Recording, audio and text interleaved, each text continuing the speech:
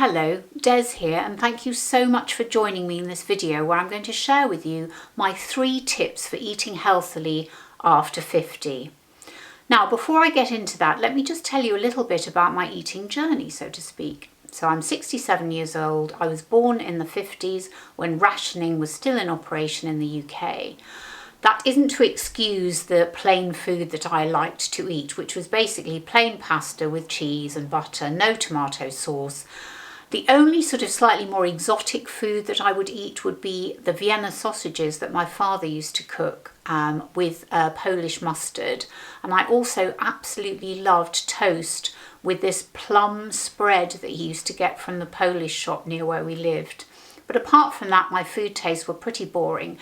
My parents split up when I was about 9, and my father used to take me every Sunday for a meal at what was called the Angus Steakhouse, and we used to start with prawn cocktail, followed by, and I did eat it. I did actually quite like prawn cocktail, but to be honest, I think it was more the tomato sort of Mary Rose sauce that I liked on the prawns. Then we used to have steak and baked potato, and then my father would always order this dessert, which to be honest, I didn't really like, which was lemon meringue pie, probably a bit similar to key lime pie in the States. So some of the food I enjoyed, some of it I didn't, but I didn't eat a huge amount.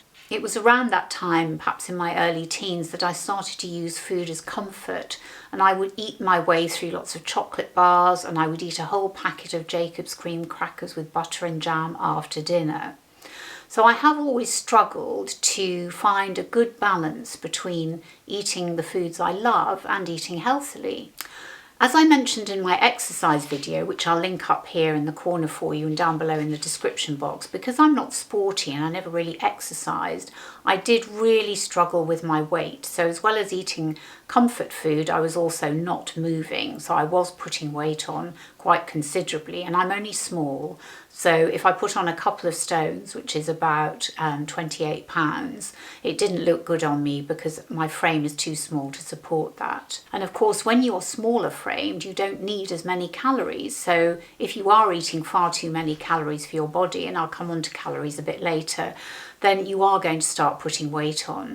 Fast forward to my singing days, and I did manage to keep the weight off. I did that mostly by not eating very much and smoking a lot, which was really not something I should have been doing for my voice or for my health, and I certainly don't recommend it as a weight loss tool. In fact, I'm delighted to say that I gave up on May the 8th, 1996, and I've never had a cigarette since. Around the time I gave up smoking, I also started to feel really tired and not very well, and eventually I was diagnosed with an underactive thyroid gland. Now, in a way, this made me feel very pleased, because when I read around the subject, it seemed that if I started to take medication for my thyroid, I would then start to lose weight. Sadly, that didn't happen, because probably I was eating far too many calories still. So a failed relationship in my late 40s caused me to lose a lot of weight, but once I found happiness again, it started to climb. And then, of course, came the menopause. Now, I'm extremely lucky that I haven't had any of the symptoms, any of the serious symptoms that my friends have had from the menopause. All I suffered from was hot flushes or flashes, which I still get to this day, but nothing compared to some of my friends who've had to go on HRT in order to be able to control their symptoms.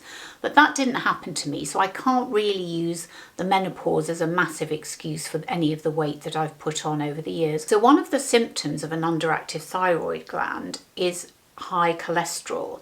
And I had tried to lower my cholesterol over the years by watching what I ate, by trying to eat products that had plant sterols or stenols in them. But when I got to 60 and I was having my cholesterol checked every year or two, it was actually really high. So I thought, right, I'm going to make a real concerted effort to lower it by eating as healthily as I can, reducing anything that has high fat content or has high carbohydrate content or refined carbohydrates, and see if that helps. And do you know what? It actually went up, not down. So ultimately I thought, right, I'm going to have to seek some professional help here. Now, I heard this doctor speaking about cholesterol on a radio programme, and she's a heart specialist and a woman about my age, maybe a tad younger. So I thought, well, I'm going to seek her out and I'm going to go and see what she says about my cholesterol and whether she thinks that I should go on statins, because statins do help to lower cholesterol. That is the point of them. And also, I had thought about my mother, who died of a heart attack when she was 69, and I'm now 67. At this point I was 60, so 7 years ago.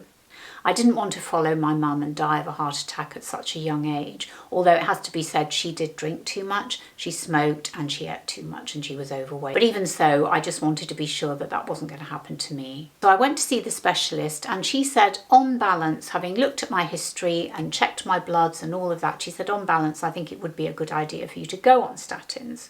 Now, I've been on them ever since, and I feel absolutely fine on them, and they have reduced my cholesterol. However, that does not give me carte blanche to eat anything I like, because I'm still going to put weight on, and I'm still going to be unhealthy if I eat unhealthy food. Now, this is where I'm going to talk to you a little bit about calories, and may I caveat this by saying I'm not a scientist, I'm not medically trained. This is my own research and my own experience that I'm sharing with you, and that's all I can say about it. But I really hope it can help you and guide you to what might work for you as a 50-plus-year-old woman, as it helped me. Now, as we know, there is so much discussed, written and argued about on what type of food to eat, when we should eat it and how we should eat it. And it's really difficult to navigate. But what is good is that scientists are focusing particularly on anti-aging type diets. They're scouring the world, they're studying communities that live the longest lives and trying to extrapolate from those communities as to how the rest of us should be living our lives and eating healthily so that we can prolong a healthy and active life. Most scientists agree that limiting processed foods, particularly ultra-processed foods that contain ingredients to prolong their shelf life, are best for our health. So here are my 3 tips for eating healthily and still enjoying your food. Tip 1, eat what you love. Now, I've already talked about trying to control our intake of processed foods, particularly ultra-processed foods, and it also means we need to cut down on our salt and our sugar and our fat intake. But that doesn't mean taking all the fun out of what you eat. I'm going to talk you through what I eat in a day, and these are the foods that I love. For breakfast, I have a bowl of muesli, to which I add milk, I add some blueberries, some yogurt and some xylitol, and that is my breakfast. For lunch, I have soup, homemade, which is a vegetable soup usually, although I do use a chicken stock to flavour it. And to that I will add some extra veg to bulk it up so that I don't feel the need for bread. Then at around 4 o'clock, I usually have a big tablespoon of hummus with some mozza crackers.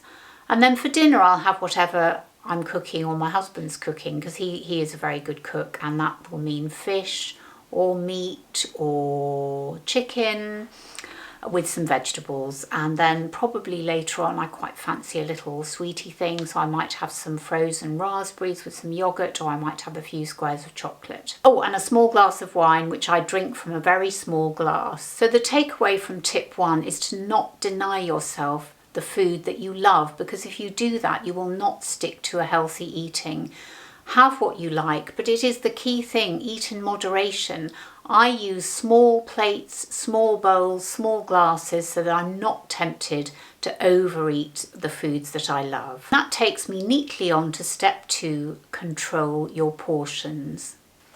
Now, you've heard this a gazillion times, I know, but if you use smaller bowls and smaller glasses and smaller plates, it really does help to control your portions, because you get into the habit of using those plates, glasses, mugs, whatever they are. So for example, with my wine, which I drink every night, I have a glass which holds 120 ml, which is the recommended amount, daily amount for a woman to drink in the UK. And if I stick to that, then I know I'm fine. I mean, listen, of course, I occasionally have more, especially at the weekend. But to be honest, the older I get, the less I can actually drink and still feel well. So I might end up having 2 to 3 glasses of 120 ml at the weekend, but not during the week. I just don't fancy it. I'm quite happy to have some sparkling water alongside my meal as well as the wine, and that's absolutely fine. The other thing is that because I've been doing this for so long now, I do roughly know how many calories there are in what I generally eat. So for example, I know that 100 grams, which is about 5.5 tablespoons of Greek yogurt, is about 133 calories. So in the UK, a recommended amount of calories for a woman is about 1,500 to 2,000, depending on your size and your age. Now, I don't think I can eat as many as that. I think ideally, really, I should be on about 1,200 because I'm small and I'm old. So I do try to stick to around about that amount on a daily basis. But I don't obsess about calories because that takes all the joy out of eating. So we still want to enjoy our food. We just want to cut down a little bit on the portions of that food that we love. Tip 3, eat within a designated time frame. Now, you may have heard of this. It's called time restricted eating, or TRE, and it's become quite popular over the last few years. So time restricted eating, or TRE for short, is a kind of 5-2, but instead of eating 5 days on, 2 days off, well, not completely off, but 2 days where you restrict your calories, in this method, you don't eat calories between, say, 12 to 14 hours. The standard one is not to eat during a 16-hour period, but I find that quite difficult. So I do it during a 14-hour period, and I'll tell you exactly what I do. So I don't eat after 9 o'clock at night and before 11 o'clock in the morning. I only have coffee. I have to say I do actually put a tiny bit of milk in my coffee, so technically I am actually consuming a few calories, but not many. Anyway, it seems to work for me. But during that period, after 9 o'clock and before 11 o'clock, I don't eat anything.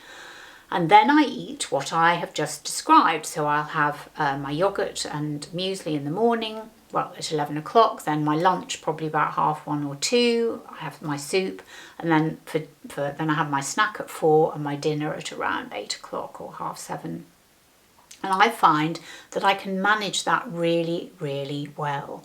It means I can eat my evening meal with my husband without having to restrict myself as to what he is cooking. And I don't say to him, look, don't cook that because I can't eat it. I still enjoy my food. I just eat a bit less of what he's eating, but I still eat what he's eating. I still have my glass of wine.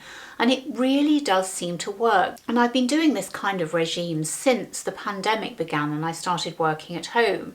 It's much easier to control what I'm eating when I'm at home because I don't worry about eating in the office and I don't worry about my lunch times and where I can eat and what I can eat.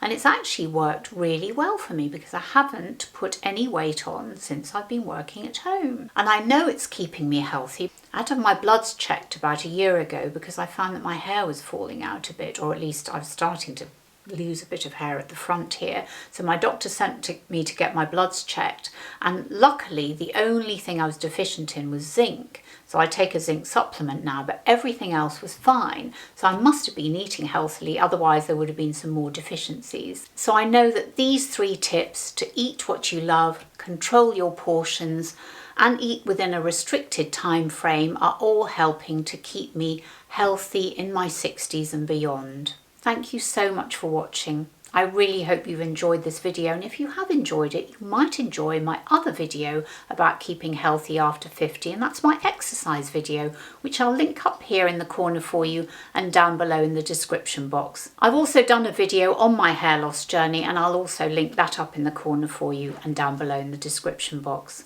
And thanks again so much for watching, and I'll see you on the next one. Bye!